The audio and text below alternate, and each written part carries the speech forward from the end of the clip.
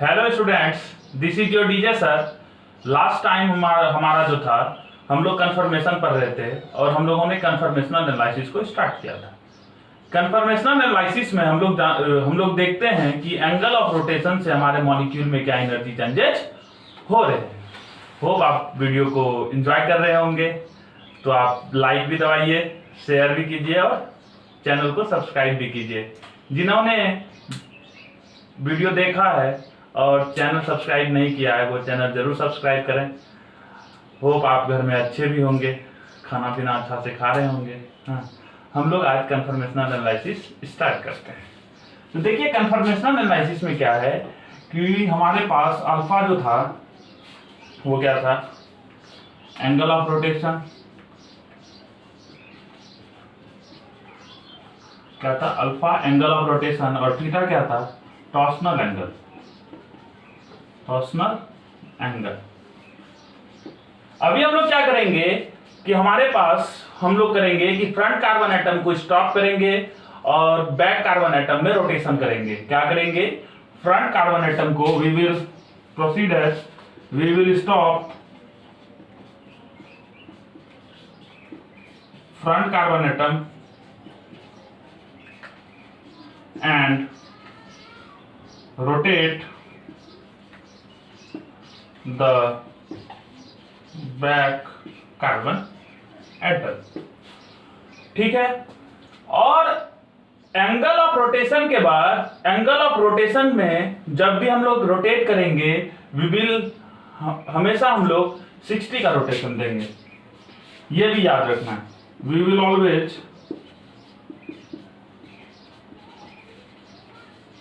give a rotation of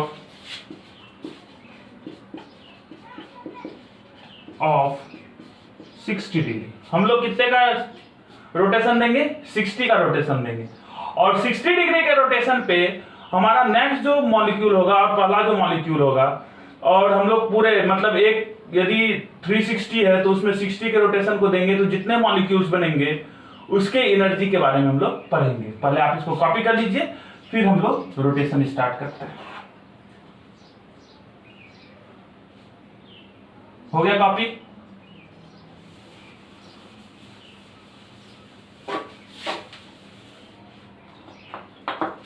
देखिए, हमारे पास एक मॉलिक्यूल है CH3।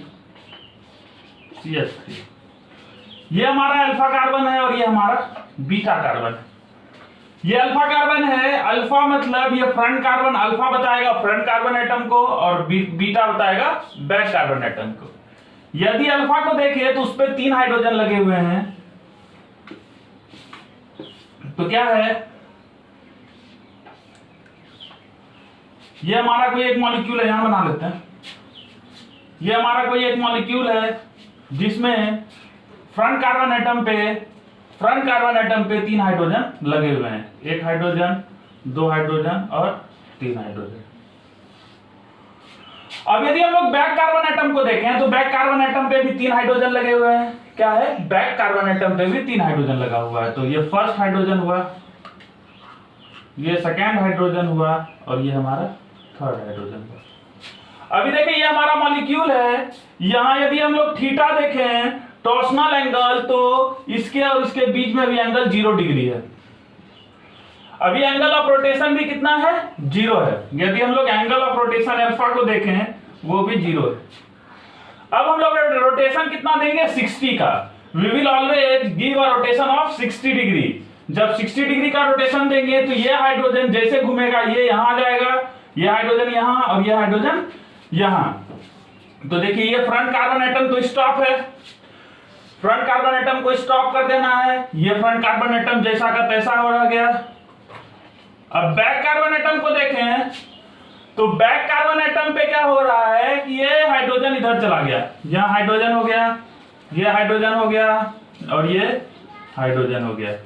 यहां देखें तो इसके बीच में एंगल कितना है? 60 डिग्री। तो अल्फा जो है, एंगल ऑफ रोटेशन हमारा 60 डिग्री है और थीटा भी 60 डिग्री है। अब फिर से हम लोग रोटेशन देते हैं कितने का? 60 डिग्री का।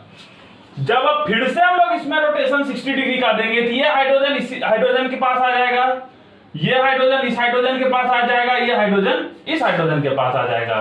तो देखो फ्रंट कार्बन एटम स्टॉप है, हाइड्रोजन हाइड्रोजन और हाइड्रोजन। अब देखिए बैक कार्बन एटम को देखें हैं, किसको, बैक कार्बन एटम को। तो ये हाइड्रोजन इसके पास आ गया,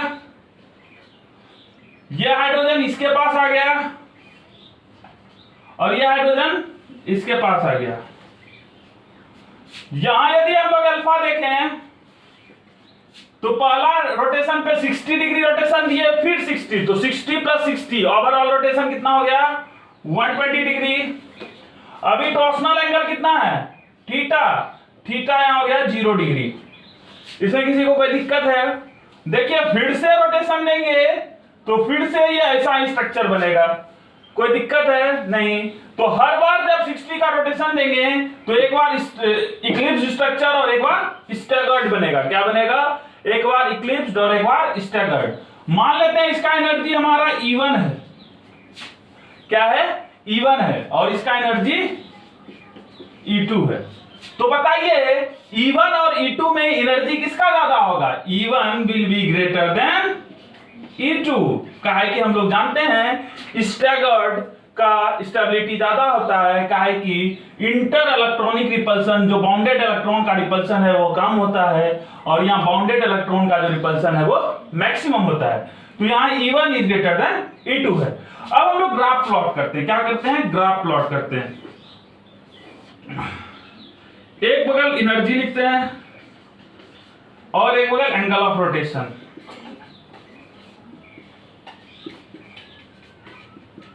एंगल ऑफ रोटेशन 60 का देना है तो 60, 120, 180, 240, 300। 300 के बाद क्या हो जाएगा फिर 360, मतलब 0 डिग्री पे। एक लोअर एनर्जी है E2, उसके बाद E1। देखिए इसको यहां से हम लोग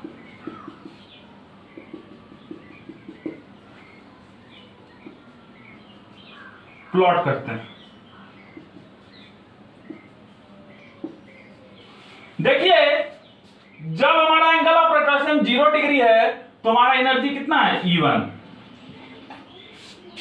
जब 60 का रोटेशन 120 पे गए, 60 का रोटेशन दिए 60 पे गए तो हमारा एनर्जी कितना हो गया घट के E2। फिर 60 का रोटेशन दिए तो कहां गए E1। फिर यहां से रोटेशन देंगे तो E2। ऐसे ये एनर्जी का चलता रहेगा। देखिए यहां यदि हम लोग चेंज इन एनर्जी निकालें तो वो क्या होगा E1 माइनस E2। क्या होगा E1 माइनस E2, और इसी एनर्जी को बोलते हैं रोटेशन बैरियर।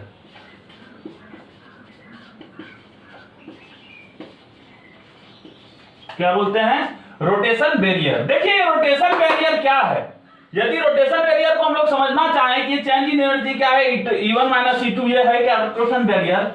देखिए मॉलिक्यूल ऐसे तो घूमेगा नहीं, बिना मतलब का तो घूमेगा नहीं। जब तक हम उस मॉलिक्यूल को एनर्जी नहीं देंगे तब तक वो मॉलिक्यूल नहीं घूमेगा।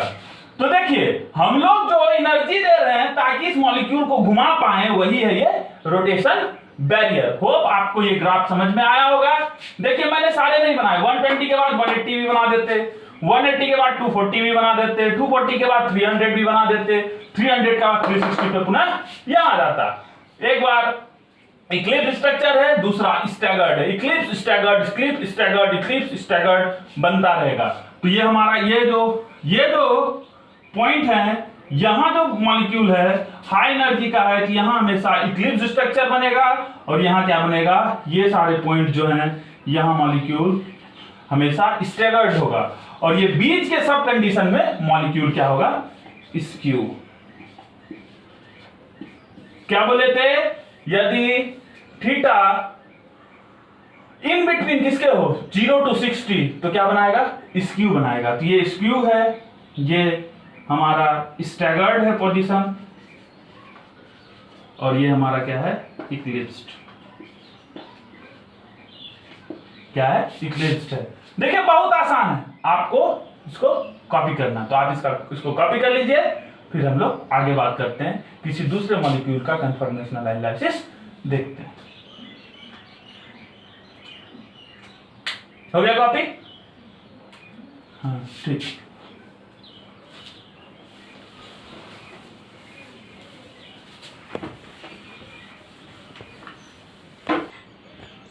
देखिए अब हमको कंफर्मेशन ऑफ प्रोपेन के बारे में बात करना है कि प्रोपेन का कंफर्मेशन कैसा होगा। जैसे हमारे पास है CH3 CH2 CH3, ये हमारा अल्फा है और ये हमारा बीटा है। ये क्या हमारा अल्फा कार्बन मतलब फ्रंट कार्बन एटम और बैक कार्बन एटम। यदि फ्रंट कार्बन एटम को देखें, इस कार्बन को देखें, इस पे 2 हाइड्रोजन और एक CH3 लगा हुआ है। क्या है?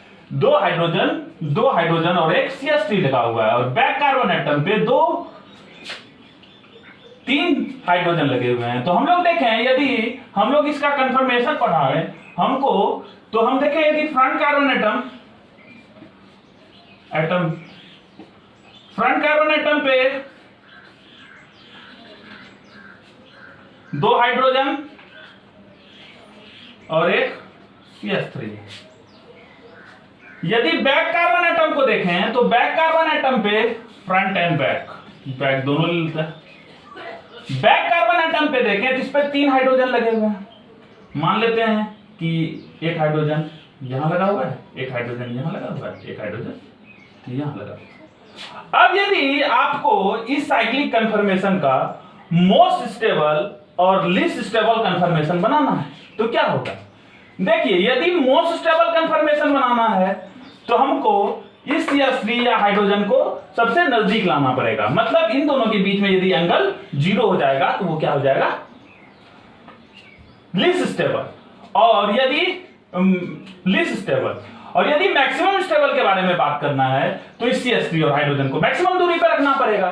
मतलब अभी यदि ये एंगल थीटा है तो यदि थीटा 60 कर दें, क्या कर दें? थीटा 60 कर दें तो मैक्सिमम स्टेबल बनेगा, और थीटा यदि 0 डिग्री कर दें तो मिनिमम स्टेबल बनेगा। तो यदि मैक्सिमम स्टेबल बनाना है तो ये हमारा front carbon atom CH3H। Back carbon atom को देखें तो बैक कार्बन एटम में ये हाइड्रोजन मैक्सिमम स्टेबल, तो यहां हाइड्रोजन, ये हाइड्रोजन यहां और ये हाइड्रोजन यहां।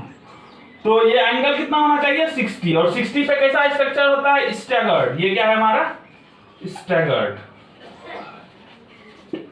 और यदि मिनिमम स्टेबल के बारे में बात करें,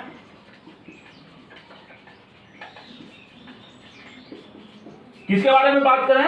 मिनिमम स्टेबल के बारे में बात करें। तो मिनिमम स्टेबल कब होगा बताओ? मिनिमम स्टेबल तब होगा जब ये दोनों एकदम नजदीक होंगे। सबसे नजदीक मतलब एंगल थीटा जो होगा वो 0 डिग्री होना चाहिए।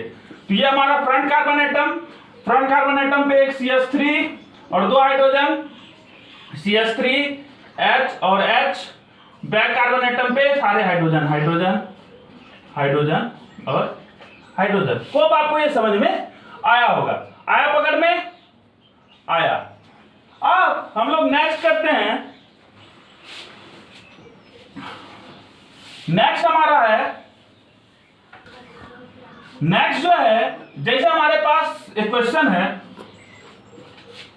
ये हमारे पास CH3 CH2 CH2 और CH3, ये हमारा अल्फा कार्बन और ये हमारा बीटा कार्बन। ये हमारा अल्फा है, ये फ्रंट कार्बन एटम है और ये बैक कार्बन एटम है। और इस दोनों में तुमको कहता है draw the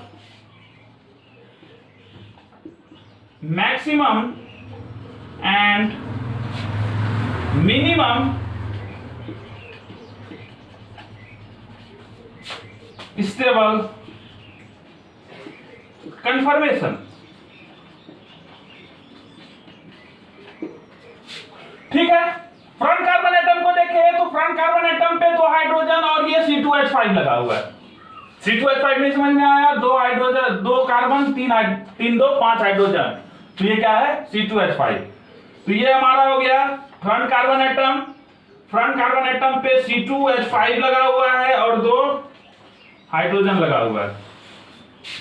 back carbon atom पे 3 हाइड्रोजन लगे हुए हैं कब ये मिनिमम स्टेबल होगा? जब ये सबसे नजदीक हो। हाइड्रोजन यहां लगा दो, यहां लगा दो और यहां लगा दो। ये क्या है? Minimum stable. और ये स्ट्रक्चर कैसा है? इक्लिप्स्ड स्ट्रक्चर है। कैसा है? इक्लिप्स्ड।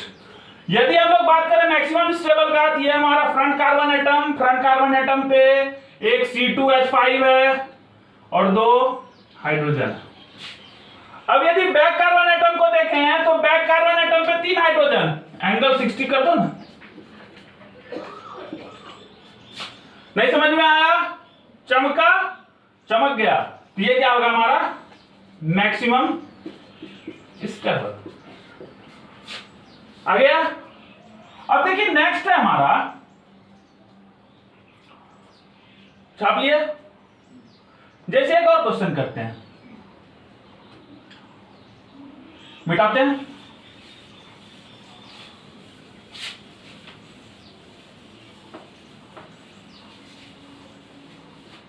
देखिए हमारे पास ऐसे क्वेश्चन है CH3 CH2 CH2 और CH3।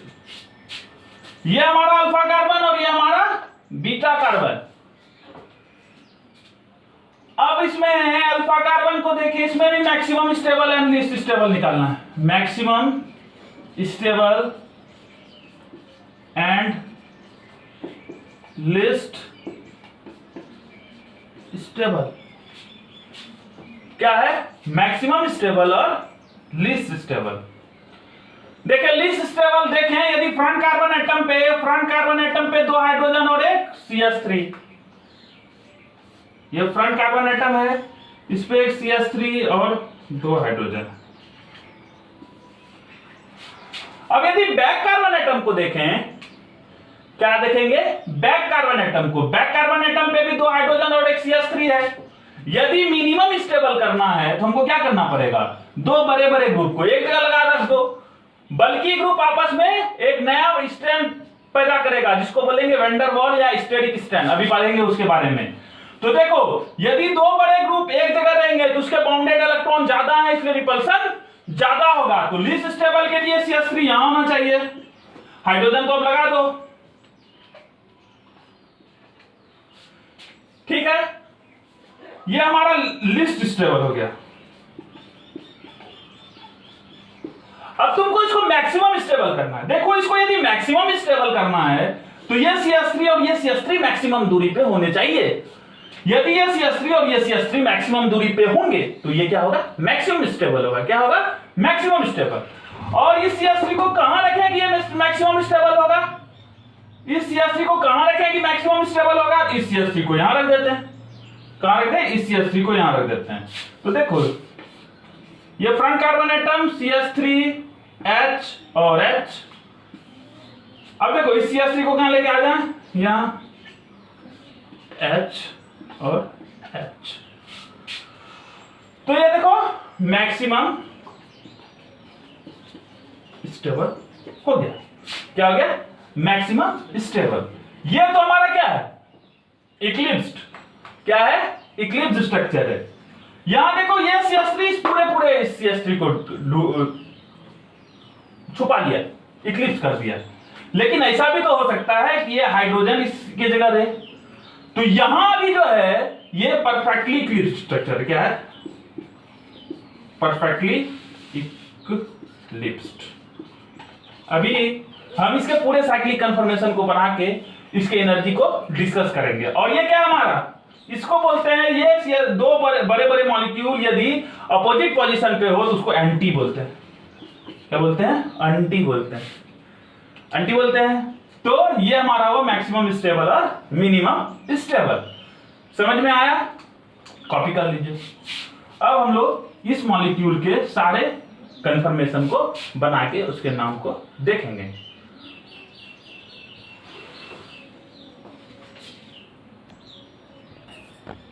तो देखिए हमारे पास क्या है? CH3 CH2 CH2 और CH3।